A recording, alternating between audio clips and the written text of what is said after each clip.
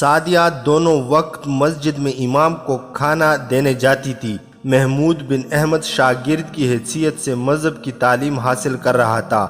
وہ اس چراگاہ بھی جایا کرتا تھا جہاں سعدیہ بکریاں چرایا کرتی تھی۔ وہاں ٹیلے بھی تھے۔ جگہ سرسبز تھی کیونکہ وہاں پانی تھا۔ جگہ گاؤں سے ذرا دور تھی۔ سعدیہ اب محمود کو اپنا محافظ سمجھنے لگی تھی اور اس سے یقین ہو گیا تھا کہ محمود اسے کافروں کے قبضے میں جانے سے بچائے گا، مگر محمود اس کی یہ بات نہیں مانتا تھا کہ اسے فوراً گاؤں سے لے جائے۔ سعدیہ نے اسے یہ بھی کہا تھا کہ وہ اسے اپنے گاؤں چھوڑ آئے اور یہاں آ کر تعلیم مکمل کر لے۔ محمود اسے بتا نہیں سکتا تھا کہ اس کا گاؤں مصر کے دوسرے سرے پر ہے جہاں وہ اتنی جلدی نہیں جا سکتا۔ اس نے اپنے جاسوسی کے فن کے مطابق یہ یقین کر لیا تھا کہ سعدیہ دشمن کی اعلی کار نہیں۔ اگر محمود کے راستے میں فرض حائل نہ ہوتا تو وہ کبھی کا سعدیہ کو وہاں سے لے جا چکا ہوتا۔ فرض کے علاوہ امام مسجد اس کے محکمے کا افسر تھا جس کی موجودگی میں وہ اپنے فرض میں کوتاہی نہیں کر سکتا تھا۔ امام نے اسے یہ بھی کہا تھا کہ وہ اس کے ساتھ رہے۔ اس کا کہنا حکم کی حیثیت رکھتا تھا۔ ایک روز اچانک گاؤں میں رونق آ گئی۔ کچھ اجنبی صورتیں نظر آنے لگی۔ ہر کسی کی زبان پر ایک ہی کلمہ تھا، وہ آ رہا ہے، وہ آسمان سے آیا ہے، مرے ہوئوں کو زندہ کرنے والا آ رہا ہے۔ گاؤں کا ہر فرد بہت ہی خوش تھا۔ وہ کہتے تھے کہ ان کی مرادیں پوری کرنے والا آ رہا ہے۔ سعدیہ دوڑتی آئی اور محمود بن احمد سے کہا، تم نے بھی سنا ہے کہ وہ آ رہا ہے۔ تم جانتے ہو میں اس سے کیا مانگوں گی؟ میں اس سے کہوں گی کہ محمود مجھے فوراً یہاں سے لے جائے، پھر تم مجھے لے جاؤ گے۔ محمود کچھ بھی جواب نہ دے سکا۔ اس نے ابھی تک اس پراسرار آدمی کو نہیں دیکھا تھا جسے لوگ پیغمبر تک کہتے تھے۔ محمود کی ڈیوٹی کے علاقے میں وہ پہلی بار آ رہا تھا۔ اس کی کرامات اور معجزوں کی کہانیاں اس علاقے میں کبھی کی پہنچ رہی تھی۔ محمود باہر نکل گیا تو اجنبی لوگوں میں سے اسے اپنے دو ساتھی جاسوس نظر آئے۔ ان کا علاقہ کوئی اور تھا۔ محمود نے ان سے پوچھا کہ وہ اس کے علاقے میں کیوں آ گئے ہیں۔ انہوں نے بتایا کہ وہ اس غیبدان کو دیکھنے آئے ہیں، مگر وہ جاسوسوں کی حیثیت سے نہیں آئے تھے بلکہ اس سے پوری طرح متاثر تھے۔ انہوں نے اس کی کرامات کسی جگہ دیکھی تھی جو انہوں نے محمود کو ایسے انداز سے سنائی کہ وہ مرعوب ہو گیا۔ دونوں اس غیبدان کو برحق سمجھنے لگے تھے۔ محمود نے سوچا کہ علی بن سفیان کے تربیت یافتہ جاسوس جس سے متاثر ہو جائیں وہ برحق ہو سکتا ہے۔ محمود اس سرسبز جگہ کی طرف چلا گیا جہاں سعدیہ بکریاں اور اونٹ چرانے کے بہانے اس سے ملا کرتی تھی، مگر وہاں کچھ اور ہی گہما گہمی تھی۔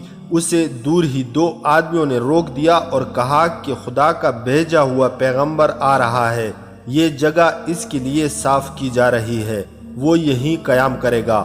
اس نے دور سے دیکھا کہ ایک ٹیلے میں غار سا بنایا جا رہا تھا اور جگہ ہموار کی جا رہی تھی۔ اب وہاں کسی کو جانے کی اجازت نہیں تھی۔ گاؤں کے لوگ کام دھندہ چھوڑ کر وہاں جمع ہو رہے تھے۔ اجنبی آدمی جو اس جگہ صفائی وغیرہ کا کام کرتے تھے باری باری آ کر لوگوں کو اس کے معجزے سناتے تھے۔ لوگ مسرور اور مسحور ہوئے جا رہے تھے۔ رات کو بھی لوگ وہاں کھڑے رہے۔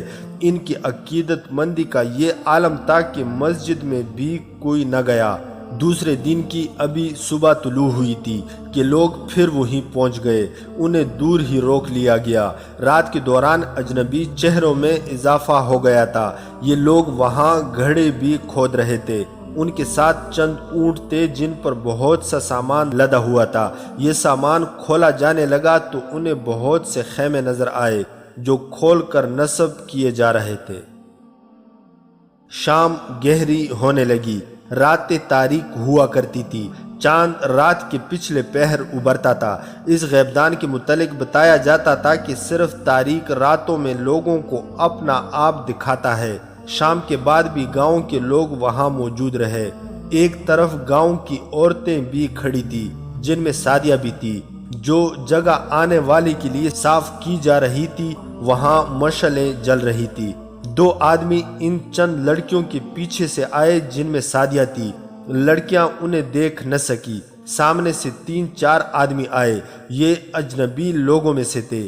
لڑکیوں کے قریب آ کر انہوں نے لڑکیوں سے کہا، تم یہاں سے جاتی کیوں نہیں؟ اور 2 لڑکیوں کو ڈرانے کے لیے ان کی طرف دوڑے۔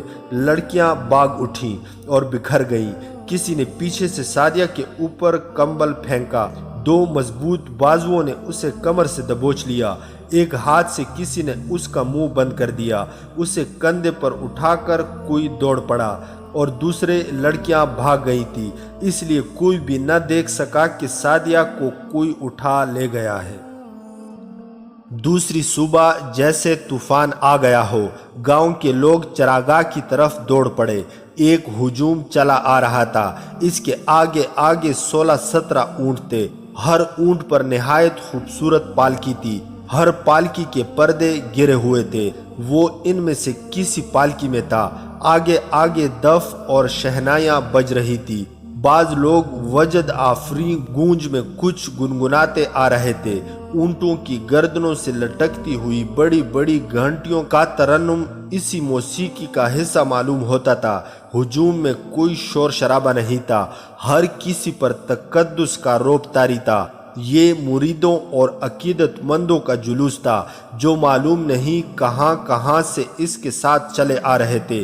ایسی فضا پیدا ہو گئی تھی جیسے پالکیوں والے اونٹ آسمان سے اتر رہے ہوں۔ یہ قافلہ سرسبز جگہ چلا گیا۔ وہاں ٹیلے زیادہ تھے۔ ایک جگہ بہت سے خیمے نصب کر دیے گئے تھے۔ ان میں ایک خیمہ خاصا بڑا تھا۔ تمام لوگوں کو دور ہٹا دیا گیا۔ پھر کوئی نہ دیکھ سکا کہ پالکیوں میں سے کون کون نکلا اور کہاں غائب ہو گیا۔ عقیدت مندوں کا ہجوم دور ہٹ کر بیٹھ گیا۔ سعدیہ کے گاؤں کے لوگ ان سے اس مقدس انسان کی باتیں سننے لگے۔ انسانی فطرت کی یہ خاصیت ہے کہ انسان جس قدر گنوار اور پسماندہ ہوتا ہے وہ اتنا ہی سنسنی پسند ہوتا ہے۔ وہ باتوں میں سنسنی پیدا کرنے کی کوشش کرتا ہے۔ یہی کیفیت وہاں پیدا ہو گئی تھی۔ امام بھی اس ہجوم کو دیکھ رہا تھا اور محمود بھی۔ وہ ابھی کوئی رائے قائم نہیں کر سکتے تھے۔ انہیں قاہرہ سے یہ ہدایت ملی تھی کہ سرحدی علاقے میں کوئی نیا عقیدہ پھیلایا جا رہا ہے، اس کے متعلق تفصیلات معلوم کر کے بتاؤ کہ یہ کیا ہے اور اس کی پشت پناہی میں کون لوگ ہیں۔ قاہرہ کو ابھی کوئی تفصیلی اطلاع نہیں ملی تھی۔ اس کی سب سے بڑی وجہ یہ کہ جن علاقوں میں یہ پر اسرار آدمی جا چکا تھا وہاں کے جاسوس بھی اس کے مواعظوں سے مرعوب ہو گئے تھے۔ وہ ان کے خلاف کوئی بات منہ سے نکالنے سے ڈرتے تھے۔ سرحدی دستوں نے بھی ایسا ہی اثر قبول کیا تھا۔ اب اس امام کی باری تھی۔ وہ اسے دیکھنا تھا کہ یہ سب کوئی ڈھونگ ہے، شعبہ بازی ہے یا کیا ہے۔ اس نے یہ دیکھ لیا تھا کہ لوگ اس کی صرف باتیں سن کر اتنے متاثر اور مرعوب ہو گئے تھے کہ انہوں نے مسجد میں جانا چھوڑ دیا تھا۔ وہ اس کی جھلک دیکھنے کو اس جگہ کے گرد بیٹھے تھے جہاں وہ اونٹ سے اتر کر کسی خیمے میں غائب ہو گیا تھا۔ امام اور محمود وہاں کھڑے تھے۔ سعدیہ کا باپ ان کے پاس آن رکا۔ اس نے پریشانی کے عالم میں بتایا کہ سعدیہ رات سے غائب ہے۔ لڑکیوں نے اسے بتایا کہ چند آدمیوں نے سامنے سے آ کر ڈرایا اور وہاں سے بھگا دیا۔ ایک لڑکی نے بتایا کہ اس نے وہاں سے پیچھے 2 آدمی دیکھے تھے۔ ان سے آگے کسی کو کچھ علم نہ تھا۔ باپ سعدیہ کی تلاش میں چل پڑا۔ محمود بھی اس کے ساتھ ہو لیا۔ وہاں اسے سعدیہ کہاں مل سکتی تھی، مگر وہ باپ تھا۔ بے چینی سے ادھر ادھر گھومنے پھرنے لگا۔ محمود اس کے ساتھ رہا۔ انہیں ایک اجنبی نے روک لیا اور پوچھا، کیا تم لوگ کسی کو ڈھونڈ رہے ہو؟ سعدیہ کے باپ نے اسے بتایا کہ گزشتہ رات اس کی لڑکی لاپتہ ہو گئی ہے۔ مجھے ابھی کسی نے بتایا ہے کہ تم اس لڑکی کے باپ ہو۔ اجنبی نے سعدیہ کا حلیہ بتا کر کہا، اگر تم اس لڑکی کو ڈھونڈ رہے ہو تو وہ تمہیں یہاں نہیں ملے گی۔ اب تک وہ مصر کی سرحد سے باہر اور بہت دور چلی گئی ہوگی۔ گزشتہ شام میں نے ایک گھوڑا دیکھا تھا، ایک جوان اور بڑی خوبصورت لڑکی دوسری لڑکیوں سے ہٹ کر گھوڑے کے پاس گئیں۔ سوار گھوڑے کے قریب کھڑا تھا۔ لڑکی نے اس کے ساتھ کچھ باتیں کی۔ سوار گھوڑے پر سوار ہو کر چند قدم پرے چلا گیا۔ لڑکی ادھر ادھر دیکھتی اس کے پیچھے گئی۔ آگے جا کر وہ خود ہی سوار کے آگے گھوڑے پر بیٹھ گئی۔ سوار گھوڑا دوڑا لے گیا۔ میں دیکھ رہا تھا اور سوچ رہا تھا کہ یہ لڑکی کون ہو سکتی ہے جو ایک سوار کے ساتھ اپنی مرضی سے چلی گئی ہے۔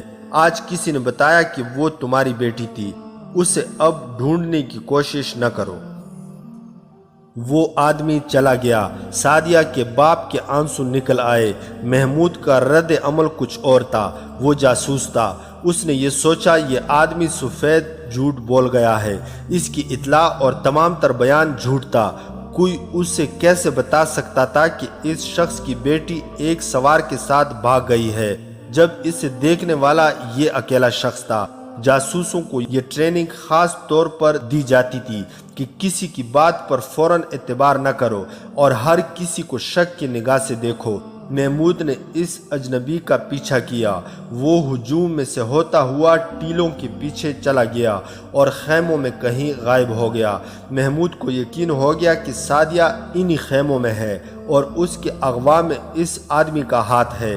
یہ سعدیہ کے خریداروں میں سے ہو سکتا ہے جنہوں نے سودا نہ ہونے پر سعدیہ کے باپ کو لڑکی کے اغوا کی دھمکی دی تھی۔ سعدیہ کے باپ نے اس سے نہیں پہچانا تھا۔ یہ اجنبی سعدیہ کے باپ کو یہ جھوٹا بیان دے کر گمراہ کرنے آیا تھا تاکہ باپ اپنی بیٹی کو یہاں تلاش نہ کرے۔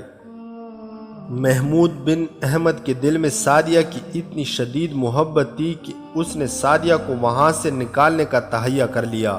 اس نے امام کو جا کر یہ ساری بات سنائی۔ امام سراغ رسانی کے شعبے کا ذہین حاکم تھا۔ اس نے بھی یہی رائے دی کہ اس غریب باپ کو دھوکہ دیا جا رہا ہے کہ اس کی بیٹی کسی کے ساتھ بھاگ گئی ہے۔ محمود نے امام کے ان دونوں جاسوسوں سے جو گاؤں میں موجود رہتے تھے ذکر کیا اور کہا کہ وہ سعدیہ کو وہاں سے نکالے گا اور اس سے ان کی مدد کی ضرورت ہے، مگر یہ کام آسان نہیں تھا۔ ٹیلوں کے اندر اب کوئی نہیں جا سکتا تھا۔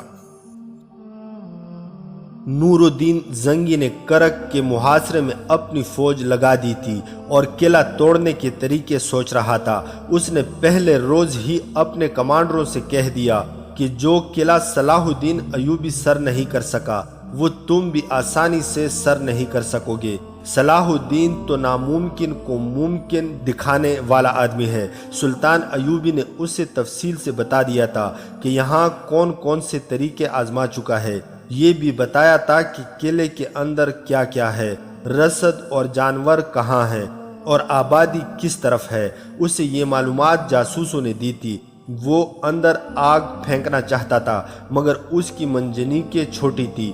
اس کے علاوہ صلیبیوں کے پاس بڑی بڑی کمانیں تھیں جن کے تیر بہت دور تک چلے جاتے تھے۔ یہ تیر منجنیقوں کو قریب نہیں آنے دیتے تھے، اس لیے قلعے کے دروازے پر بھی آگ نہیں پھینکی جا سکتی تھی۔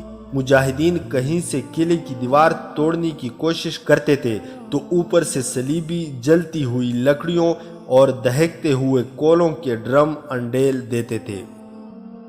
نور الدین زنگی نے اپنے نائبین کا اجلاس بلا کر انہیں کہا، صلاح الدین ایوبی نے مجھے کہا تھا کہ وہ بڑی منجنیق بنوا کر اندر آگ پھینک سکتا ہے، لیکن اندر مسلمانوں کی آبادی بھی ہے۔ اگر ایک بھی مسلمان جل گیا تو یہ ساری عمر کا پچھتاوا ہوگا۔ میں اب ایوبی کی سوچ کے خلاف فیصلہ کر رہا ہوں۔ میں نے اتنی بڑی منجنیق بنانے کا انتظام کر لیا ہے جن کی پھینکی ہوئی آگ اور وزنی پتھر دور دور تک جا سکیں گے۔ آپ کو یہ حقیقت قبول کرنی پڑے گی کہ آپ کی پھینکی ہوئی آگ سے اندر چند ایک مسلمانوں کو بھی نقصان پہنچے گا۔ میرے دوستو، اگر تم اندر کے مسلمانوں کی حالت جانتے ہو تو کہو گے کہ وہ مر ہی جائیں تو اچھا ہے۔ وہاں کسی مسلمان کی عزت محفوظ نہیں۔ مسلمان بچیاں صلیبیوں کے پاس ہیں اور مرد کھلے قید خانے میں پڑے بیگار کر رہے ہیں۔ وہ تو دعائیں مانگ رہے ہوں گے کہ خدا انہیں موت دے دے۔ آپ کا محاصرہ جس قدر لمبا ہوتا جائے گا، اندر کے مسلمانوں کی اذیت بھی اسی قدر زیادہ اور اذیتوں کی مدت لمبی ہوتی جائے گی۔ اور پھر یہ ضروری تو نہیں کہ ہر ایک مسلمان جل مرے گا، اگر چند ایک مر گئے تو ہمیں یہ قربانی دینی ہی پڑے گی۔ آپ بھی تو مرنے کے لیے آئے ہیں، اسلام کو زندہ رکھنا ہے تو ہم میں سے کئی ایک کو جانیں قربان کرنی ہوں گی۔ میں آپ کو یہ اطلاع اس لیے دے رہا ہوں کہ آپ میں سے مجھ پر کوئی الزام عائد نہ کرے کہ میں نے ایک قلعہ سر کرنے کے لیے بے گناہ مسلمانوں کو جلا دیا ہے۔ ہم میں سے کوئی بھی ایسا نہیں سوچے گا، ایک سالار نے کہا۔ ہم یہاں اپنی بادشاہی قائم کرنے نہیں آئے، فلسطین مسلمانوں کا ہے۔ ہم یہاں اپنے رسول کی بادشاہی بحال کرنے آئے ہیں۔ قبلہ اول ہمارا ہے، صلیبیوں اور یہودیوں کا نہیں۔ ہم یہودیوں کے اس دعوے کو کبھی تسلیم نہیں کر سکتے کہ فلسطین یہودیوں کا وطن ہے۔ ایک اور نے کہا، ہم سب جل مرنے کے لیے تیار ہیں، ہم اپنے بچوں کو قربان کرنے کے لیے تیار ہیں۔ نور الدین زنگی کے ہونٹوں پر ایسی مسکراہٹ آ گئی جس میں مسرت نہیں تھی۔ اس نے کہا، تم جانتے ہی ہوگے کہ فلسطین کو اپنا وطن بنانے کے لیے یہودی کس میدان میں لڑ رہے ہیں۔ انہوں نے اپنی دولت اور اپنی بیٹیوں کی عصمت صلیبیوں کے حوالے کر دی ہے اور انہیں ہمارے خلاف لڑا رہے ہیں۔ اپنی دولت اور اپنی لڑکیوں کے ہی ذریعے ہماری صفوں میں غدار پیدا کر رہے ہیں۔ ان کا سب سے بڑا نشانہ صلاح الدین اور مصر ہے۔ مصر کے بڑے بڑے شہروں میں فاحشہ عورتوں کی تعداد بڑھتی جا رہی ہے۔ یہ سب یہودی عورتیں ہیں۔ افسوسناک حقیقت یہ ہے کہ ہمارے مسلمان امراء، دولت مند تاجر یہودیوں کے جال میں پھنس گئے ہیں۔ ان میں نفاق اور تفرقہ پیدا ہو گیا ہے۔ اب کفار انہیں آپس میں لڑائیں گے۔ اگر ہم ہوش میں نہ آئے تو یہودی ایک دن فلسطین کو اپنا وطن بنا کر قبلہ اول کو اپنی عبادت گاہ بنا لیں گے۔ تمام سننے والے اس بات پر غور فرمائیں کہ آج نور الدین زنگی کا وہ خدشہ آج سچ ثابت ہو چکا ہے، اور مسلمان مملکتیں آپس میں لڑتی رہیں گی۔ انہیں محسوس تک نہ ہوگا کہ ان کی آپس کی چپکلش کے پیچھے یہودیوں اور صلیبیوں کا ہاتھ ہے۔ یہ ہوگا دولت، عورت اور شراب کا کرشمہ جو شروع ہو چکا ہے۔ اگر ہمیں آنے والی نسلوں کو باوقار زندگی دینی ہے تو ہمیں آج نسل کے کچھ بچے قربان کرنے پڑیں گے۔ میں نیا چاند نکلنے تک کرک لے لینا چاہتا ہوں، خواہ مجھے اس کے لیے اندر مسلمانوں کی جلی ہوئی لاشیں ملے۔ ہم انتظار نہیں کر سکتے، ہمیں صلیبیوں اور یہودیوں کو بحیرہ روم میں ڈبونا ہے۔ یہ کام ہمیں اپنی زندگی میں کرنا ہے۔ مجھے نظر آ رہا ہے کہ ہمارے بعد اسلام کا پرچم غداروں اور صلیب نوازوں کے ہاتھوں میں آ جائے گا۔ نور الدین زنگی نے کاریگروں کی بھی ایک فوج ساتھ رکھی ہوئی تھی۔ اس نے متعلقہ کاریگروں کو بتا دیا تھا کہ کھجوروں کے بہت لمبے لمبے درخت کاٹ کر منجنیقے تیار کرے۔ اس نے کاریگروں کے مشوروں سے کچھ اور قسم کے درخت کٹوا لیے تھے اور حکم دیا کہ ان کے تنے اور ٹہن خشک ہونے سے پہلے کام میں لائے جائیں تاکہ ان میں لوہے والی سختی پیدا نہ ہو جائے۔ کاریگر دن رات مصروف رہتے تھے۔ ان کے ساتھ ہی زنگی نے وزنی پتھروں کے ڈھیر لگوا دیے تھے۔ اس کے پاس صلاح الدین ایوبی کا چھوڑا ہوا آتش گیر مادے کا ذخیرہ بھی تھا۔ بہت سا سیال مادہ زنگی اپنے ساتھ لے آیا تھا۔ اس نے آگ کے گولے تیار کر لیے تھے۔ اسی دوران مصر سے سلطان ایوبی کی بھیجی ہوئی فوج بھی پہنچ گئی۔ نور الدین زنگی کو اس فوج کے متعلق بتایا گیا تھا کہ بغاوت کے لیے تیار ہے، لیکن زنگی نے جب اس کا معائنہ کیا تو اس سے بغاوت کا شائبہ تک نظر نہ آیا۔ زنگی سلطان ایوبی کی طرح دانشمند اور دور اندیش انسان تھا۔ اس نے اس فوج کو چند ایک پرجوش الفاظ سے اس سے زیادہ بھڑکا دیا تھا جتنا سلطان ایوبی نے بھڑکا کر بھیجا تھا۔ ایک روز سورج غروب ہو چکا تھا۔ صلیبی حکمران اور اعلیٰ فوجی کمانڈر قلعے کے اندر ایک کانفرنس میں بیٹھے تھے۔ ان کی باتوں سے معلوم ہوتا تھا کہ انہیں محاصرے کے متعلق کوئی پریشانی نہیں۔ انہیں یہ بھی پتہ چل چکا تھا کہ سلطان ایوبی مصر جا چکا ہے اور نور الدین زنگی آ گیا ہے۔ کانفرنس والے دن کی صبح انہیں یہ اطلاع ملی تھی کہ مصر سے تازہ دم فوج آ گئی ہے۔ اس صورتحال پر غور کرنے کے لیے یہ سب اکٹھے ہوئے تھے۔ انہوں نے ابھی بات شروع ہی کی تھی کہ دھماکے کی طرح آواز سنائی دی اور ملبہ گرنے کا شور بھی اٹھا۔ صلیبی کمانڈر اور حکمران دوڑتے باہر نکلے۔ ساتھ والے کمرے کی منڈیر پھٹ گئی تھی اور وہاں ایک وزنی پتھر پڑا تھا۔ دیوار میں شگاف نہیں ہوا تھا۔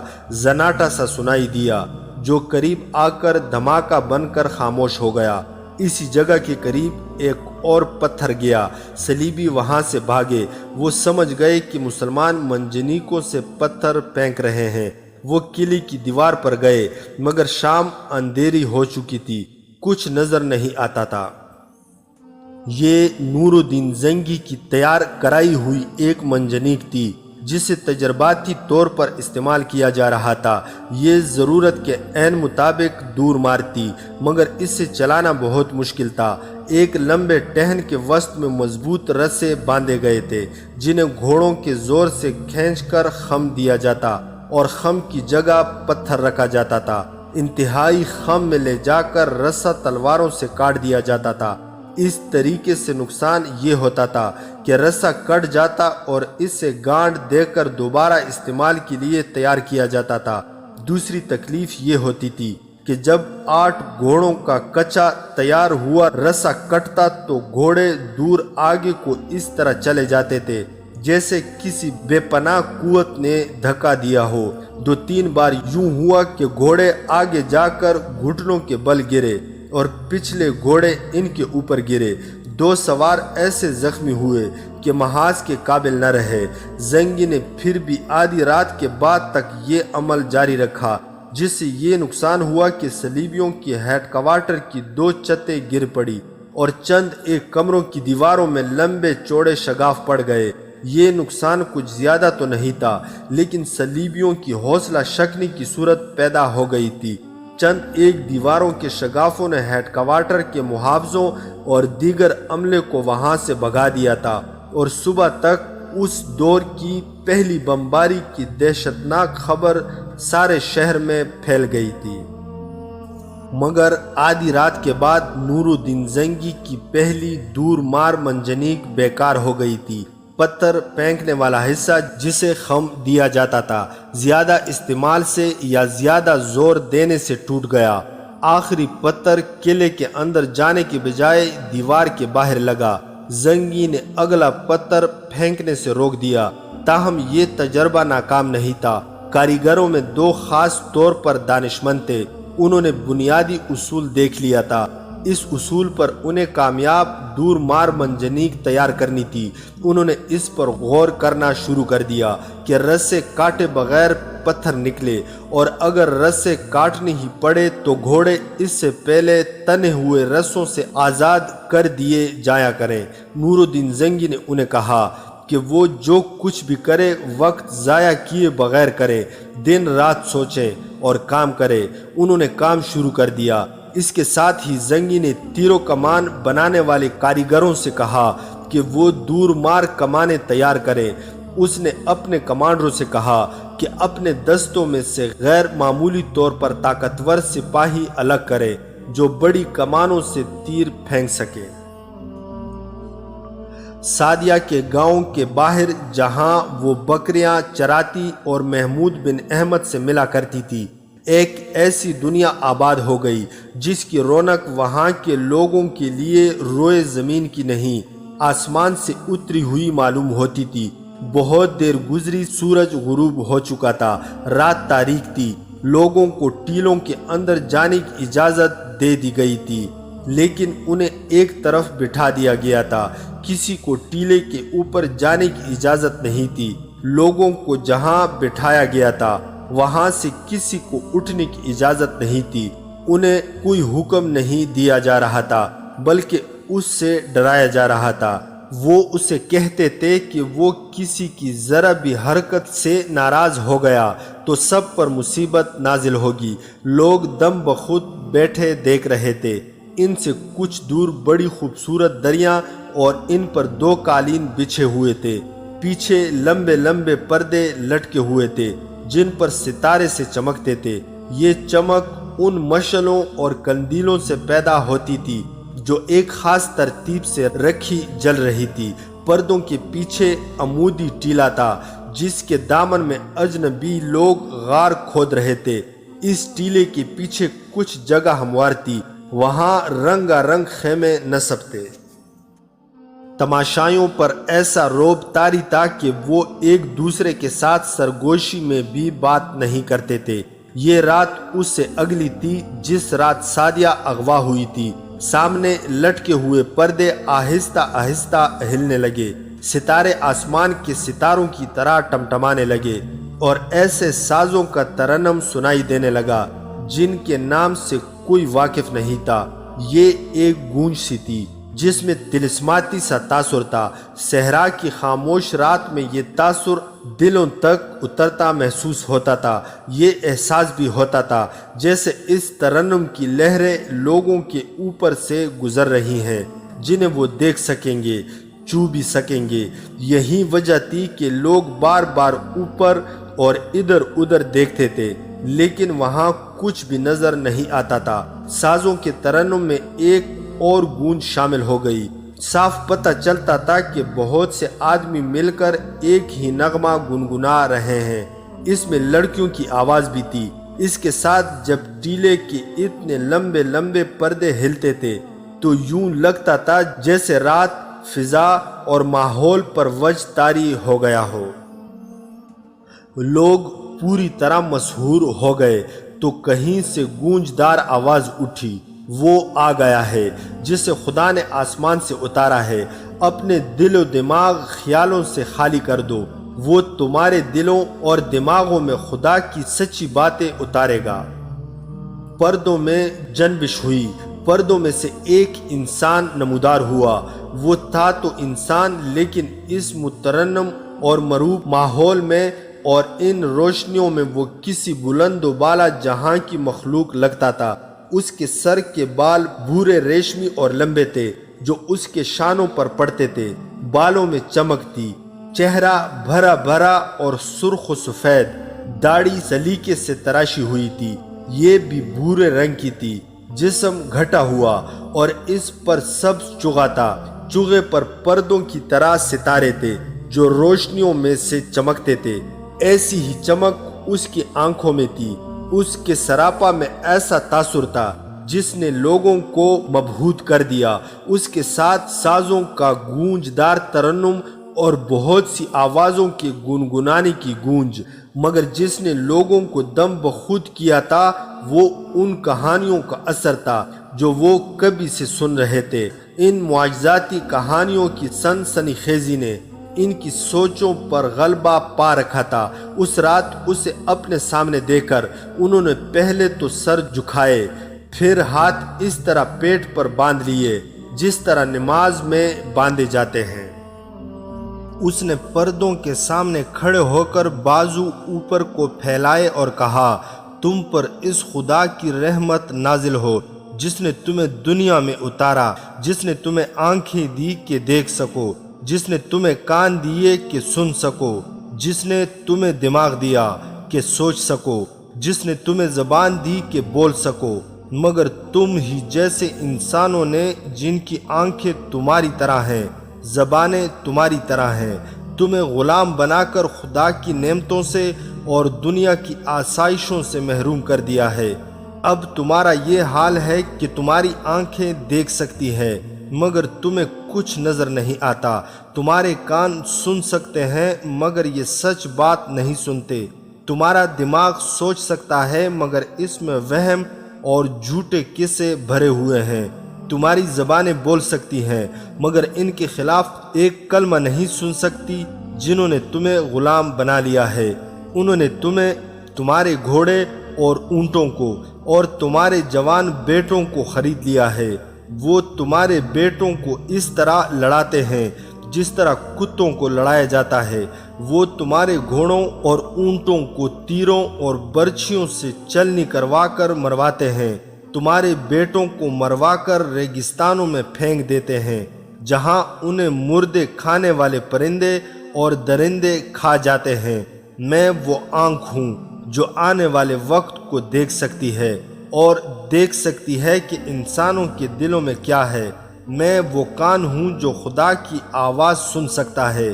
میں وہ دماغ ہوں جو بنی نوع انسان کی بھلائی کی سوچتا ہے، اور میں وہ زبان ہوں جو خدا کا پیغام سناتی ہے۔ میں خدا کی زبان ہوں۔ کیا تو لافانی بھی ہے جسے موت نہیں آئے گی؟ مجمع میں سے ایک آواز اٹھی، لوگ دم بخود ہو گئے۔ بعض ڈر بھی گئے کہ اس شخص نے اس مقدس انسان کی بات کاٹ کر اس مصیبت کو آواز دی ہے جو گاؤں پر نازل ہوگی۔ تم آزما لو، اس نے کہا، میرے سینے میں تیر مارو۔ اس کی آواز میں اور انداز میں جادو کا اثر تھا۔ اس نے پھر کہا، یہاں کوئی تیر انداز ہے تو میرے سینے پر تیر چلائے۔ ہجوم پر سناٹا طاری ہو چکا تھا۔ اس نے غسیلی اور بلند آواز سے کہا، میں حکم دیتا ہوں کہ یہاں جس کسی کے پاس تیر و کمان ہے وہ سامنے آ جائے۔ 4 تیر انداز جو سادیہ کے گاؤں کے رہنے والے نہیں تھے، آہستہ آہستہ آگے آئے۔ وہ ڈرے سہمے ہوئے تھے۔ اس نے کہا، 30 قدم گن کر چاروں میرے سامنے کھڑے ہو جاؤ۔ انہوں نے 30 قدم گنے اور اس کی طرف منہ کر کے کھڑے ہو گئے۔ کمانوں میں تیر ڈالو۔ چاروں نے ترکشوں میں سے ایک ایک تیر نکال کر کمانوں میں ڈال لیا۔ میرے دل کا نشانہ لے لو۔ انہوں نے کمانیں سیدھی کر کے نشانہ لے لیا۔ یہ سوچے بغیر کہ میں مر جاؤں گا، پوری طاقت سے کمانیں کھینچو اور تیر چلا دو۔ انہوں نے کمانیں جھکا لی۔ انہوں نے یہی سوچا تھا کہ وہ مر جائے گا۔ میرے دل کا نشانہ لے کر تیر چلاؤ، اس نے گرج کر کہا، ورنہ جہاں کھڑے ہو وہیں شعلے بن کر بھسم ہو جاؤ گے۔ تیر اندازوں نے اپنی موت کے ڈر سے فوراً کمانیں اوپر کر لی اور اس کے دل کا نشانہ لیا۔ دیکھنے والا ہجوم اس طرح خاموش تھا جیسے وہاں کوئی بھی زندہ نہیں تھا۔ سازوں کا ترنم اس سکوت میں کچھ زیادہ ہی سحر انگیز اور پرسوز ہو گیا تھا۔ اس کے ساتھ ایسے انسانوں کی مترنم گونج پھر ابری جو نظر نہیں آتے تھے۔ اس سحر انگیز موسیقیت میں 4 کمانوں کی پینگ پینگ کی آوازیں بڑی صاف سنائی دی۔ 4 تیر اس مقدس انسان کے دل کے مقام میں پیوست ہو گئے۔ وہ کھڑا رہا، اس کے بازو اوپر اور کچھ دائیں بائیں پھیلے ہوئے تھے۔ اس کے ہونٹوں پر مسکراہٹ آ گئی۔ 4 خنجروں والے آگے آ جائیں، اس نے کہا، تیر انداز چلے جائیں۔ تیر انداز حیران و پریشان چلے گئے اور 4 آدمی ایک طرف سے سامنے آئے، اس حکم پر کہ خنجر ہاتھ میں لے لو اور مجھ سے 15 قدم گن کر میرے سامنے کھڑے ہو جاؤ۔ وہ اس سے 15 قدم دور جا کھڑے ہوئے۔ اس نے پوچھا، تم نشانے پر خنجر پھینکنا جانتے ہو؟ چاروں نے جواب دیا کہ وہ جانتے ہیں۔ اس نے کہا، چاروں اکٹھے میرے سینے میں خنجر مارو۔ چاروں نے پوری قوت سے خنجر اس پر پھینکے۔ چاروں خنجر اس کے سینے میں لگے اور وہیں رہے۔ خنجروں کی نوکیں اس کے سینے میں اتری ہوئی تھی اور وہ کھڑا مسکرا رہا تھا۔ ہجوم سے آوازیں سنائی دینے لگی، آفرین، اس کے قبضے میں موت کے فرشتے ہیں۔ کیا اس سے جواب مل گیا ہے جس نے پوچھا تھا کہ میں لافانی ہوں؟ اس نے پوچھا۔ ایک آدمی جو صحرائی لباس میں تھا دوڑتا ہوا گیا اور اس کے قدموں میں سجدہ ریز ہو گیا۔ اس نے جھک کر اسے اٹھایا اور کہا، جا، تجھ پر خدا کی رحمت ہو۔ تو پھر تو مردے میں بھی جان ڈال سکتا ہے۔ ایک بوڑھے دیہاتی نے آگے آ کر کہا، خدا نے مجھے ایک ہی بیٹا دیا تھا جو جوانی میں مر گیا۔ مجھے کسی نے بتایا تھا کہ تو مرے ہوئوں کو زندہ کر دیتا ہے۔ میں اپنے بیٹے کی لاش اٹھا کر بہت دور سے آیا ہوں۔ میرے بڑھاپے پر رحم کرو، اس سے زندہ کر دے۔ بوڑھا داڑے مار مار کر رونے لگا۔ 4 آدمی کفن میں لپٹی ہوئی ایک لاش آگے لائے۔ لاش درخت کی ٹیڑھی ٹیڑھی ٹہنیوں کے بنے ہوئے سٹریچر پر پڑی تھی۔ انہوں نے لاش اس کے آگے رکھ دی۔ اس نے کہا، ایک مشعل لو، لاش کو اٹھاؤ اور تمام لوگوں کو دکھاؤ، کوئی یہ نہ کہے کہ یہ پہلے ہی زندہ تھا۔ لاش سب کے سامنے سے گزاری گئی، اس کے منہ سے کفن ہٹا دیا گیا تھا۔ ایک آدمی ہاتھ میں مشعل لیے ساتھ تھا۔ سب نے دیکھا کہ اس کا چہرہ لاش کی طرح سفید تھا، آنکھیں ادھ کھلی ہوئیں اور منہ بھی ادھ کھلا ہوا تھا۔ سب نے لاش دیکھ لی تو اسے اس مقدس انسان کے سامنے رکھ دیا گیا۔ موسیقی کی لے بدل گئی اور پہلے سے زیادہ پرسوز ہو گئی۔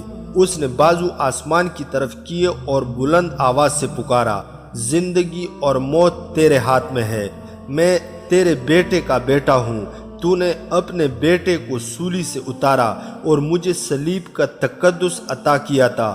اگر تیرا بیٹا اور اس کی صلیب سچی ہے تو مجھے قوت دے کہ میں اس بدنصیب بوڑھے کے بیٹے کو زندگی دے سکوں۔ اس نے جھک کر لاش کے کفن پر ہاتھ پھیرا، منہ سے کچھ بڑبڑایا، پھر لاش کے اوپر ہوا میں اس طرح دونوں ہاتھ پھیرے کہ اس کے ہاتھ کانپ رہے تھے۔ کفن پھڑپڑانے لگا۔ مقدس انسان ہوا میں اس پر ہاتھ پھیرتا رہا۔ کفن اور زور زور سے پھڑپڑایا۔ بعض لوگ اس قدر ڈر گئے کہ ایک دوسرے کے قریب ہو گئے۔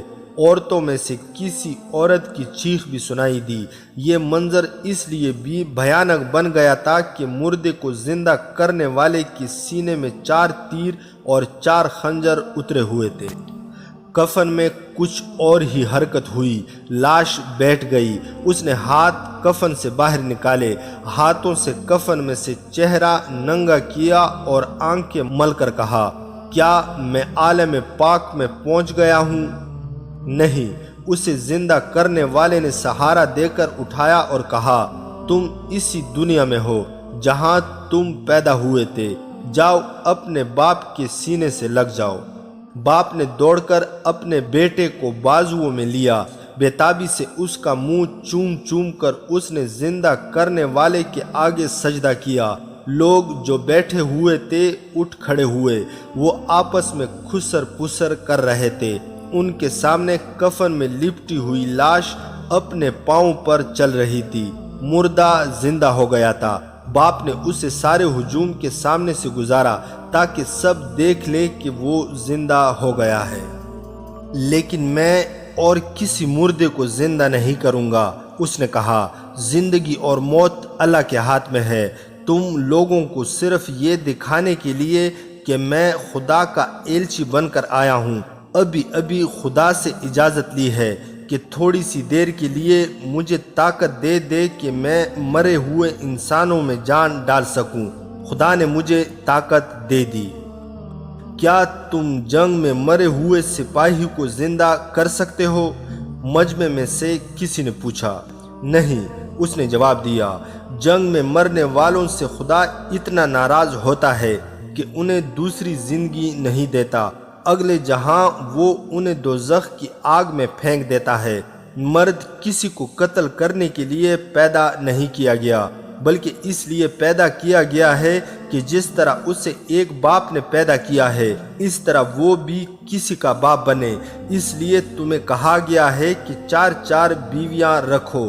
مرد اور عورت کا یہی کام ہے کہ بچے پیدا کریں، اور جب بچے بڑے ہو جائیں تو ان سے بچے پیدا کرائیں، یہی عبادت ہے۔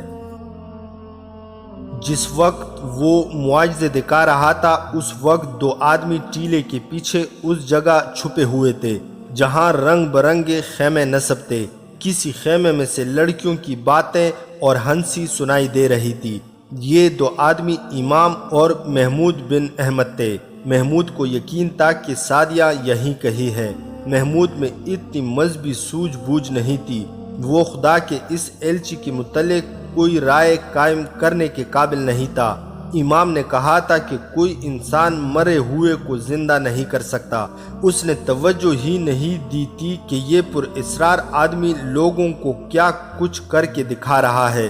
اس نے اس سے یہ فائدہ اٹھایا تھا کہ لوگ اس کی کرامات دیکھنے میں مگن ہیں، اس لیے پیچھے جا کر یہ دیکھا جائے کہ اس میں راز کیا ہے۔ اس کی توجہ صرف سعدیہ پر تھی۔ محمود صرف سعدیہ کو ڈھونڈ رہا تھا۔ خیموں کی جگہ اندھیرا تھا، صرف 3 خیموں میں روشنی تھی، تینوں کے پردے دونوں طرف سے بند تھے۔ وہاں پہرے کا کوئی خاص انتظام نہیں تھا۔ 2-3 مرد کہیں باتیں کر رہے تھے۔ یہ خطرہ صاف نظر آ رہا تھا کہ وہ دونوں کسی کو نظر آ گئے تو وہ زندہ نہیں رہیں گے۔ ٹیلے کی دوسری طرف سے اس کی آواز سنائی دے رہی تھی اور سازوں کا ترنم بھی سنائی دے رہا تھا، لیکن یہ پتہ نہیں چلتا تھا کہ سازندے کہاں ہیں۔ امام اور محمود نے روشنی والے ایک خیمے کے قریب جا کر لڑکیوں کی باتیں سننے کی کوشش کی۔